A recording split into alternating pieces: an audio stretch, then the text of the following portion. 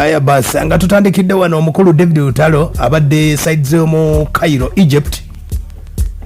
Omukulu David Lutalo waliwo emboozi badde tambula ku Facebook ku mitimbagano egy'enjawulo nga bagamba nti baamukutte. Ekituufu kye ngenda okuba ate nga nkutegeeza nti David Lutalo mwali mu ggwanga yakomyewo yabadde alina ekivulu mu Cairo Egypt. N'ekivulu kino bangi ne bagamba nti David Lutalo bamumye deposit n'agaana okuyimba. Mu nsonga zino osobola okuba ate nga njogereko ne management ya David Lutalo olw'ensonga nti balina tour etandise olunaku olwaleero nga bagenda bali mu Greater Masaka bagenda kuba ate batandika olunaku olw'enkya bali side z'e Kalungu ku Sunday bali Kalisizo.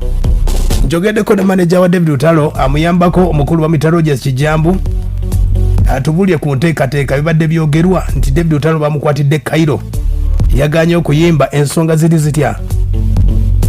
Ubuno omukulu agamba nti bavudde bulungi bayimbye bulungi byonna ne biggwa wabula ebyo just bigambo bugambo. Esebo. Iyo tuli Kampala wa. Okay. Tukola gabi mu mwenda. Sebo leero inaku z'omwezi bbiri. Ate batwagaza. Ng'agamba David Lutalo yaganye okuyimba baganye mu balance we. Ebyo bikola. Era ebira mbayaki. Waliwo ebyo nange nkyewunyiza. Ate kakati fotulaba. Olaba tujja video bamasaka. Oli sente n'anzibu era ne tuyimba tutulyanga nga tetwayi. Ate ate olwataddemu tiketi ennyonyi. Tuyinza omugazi tujja kuyimba nga ate twali ennyonyi ye. Ate kisoboka. Ate tutegeera bwetu.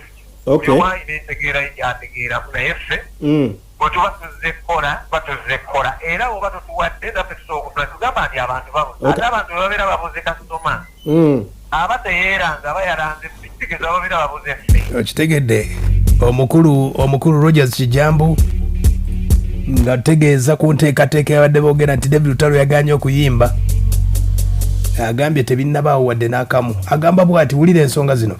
Omuyimbi yenna agaana okuyimbira omuntu ng'abantu bamubuze yaba tategeera okuggyako ng'abantu balati ate abantu bebabeera balati ekyo mba nekyamba nakikozeeko dda okuggyayo balansi waffe owulira kyakubi era y'omuyimbi owaffe akimanyi bulungi nnyo nti bw'oba osiremedde oba tomutemyeko mutwe yafuka okulinnya nakuyimba kuba bano abazze abeera tebazze ku lubuga omutegezi kati ye kyakola ayimba wabula oba tumutemyeko mutwe nti nno olulala tojja mwetaaga ne tusirika tuba tuli awo era zikuleze ffe katulina abantu be twagoba ewaffe. Okay.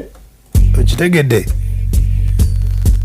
mukulu Roger Kijambu ategeeza nti ababanyaze waliwo ebagoba wulira era ne bwolidde balina omutuma oba yamutumye shoyo nga tugiyimbiriza kati eba tennatuuka naye bwe tujja tukusanga nga yasolooza wetuba tuzze nga yatuzaamu era tuyimba lwa nsonga yababeera bazze babeera tebateeka tukyayinza gaana kubajjako sente ezo oli abayazi bajjeeko dda kati ffe tetutakkiriziganya nakyo kwe kubba bafaani ba Lutalo.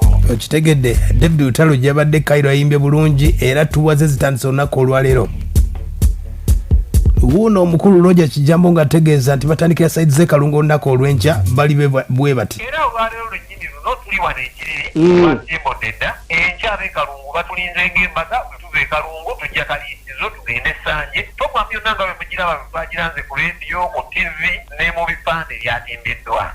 Era ku kipande kyaffe kubeerako ennamba ennamba ya management era yeno kwoyogerera kati oba kwe twogerera okugiraba ku kipande manya entegeka ziri genuine ate luliwaddemba okubako n'okakasa. Okitegedde David Lutalo ali live and clear agenda kuba ate nga agitambuza abadde bagamba nti David Lutalo bamukwatidde Cairo si bituufu wadde n'akamu ku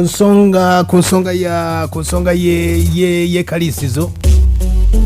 Ekivulu kya David Lutalo Kalisizo kibadde kina kubeera mu kisaawe ne security yakyusizaamu kigenda kubeera ku sport highway e Kalisizo olw'ensonga wulira twabadde tulina kubeera mu kisaawe naye olw'insecurity egenda mu maaso ab'ebyokwerinda ne batusaba tubeere mu kifo ekisobola okukuuma abantu obulungi era ate nga Kalisizo bazimbawo ekifo ekirungi netugenda ku sport highway.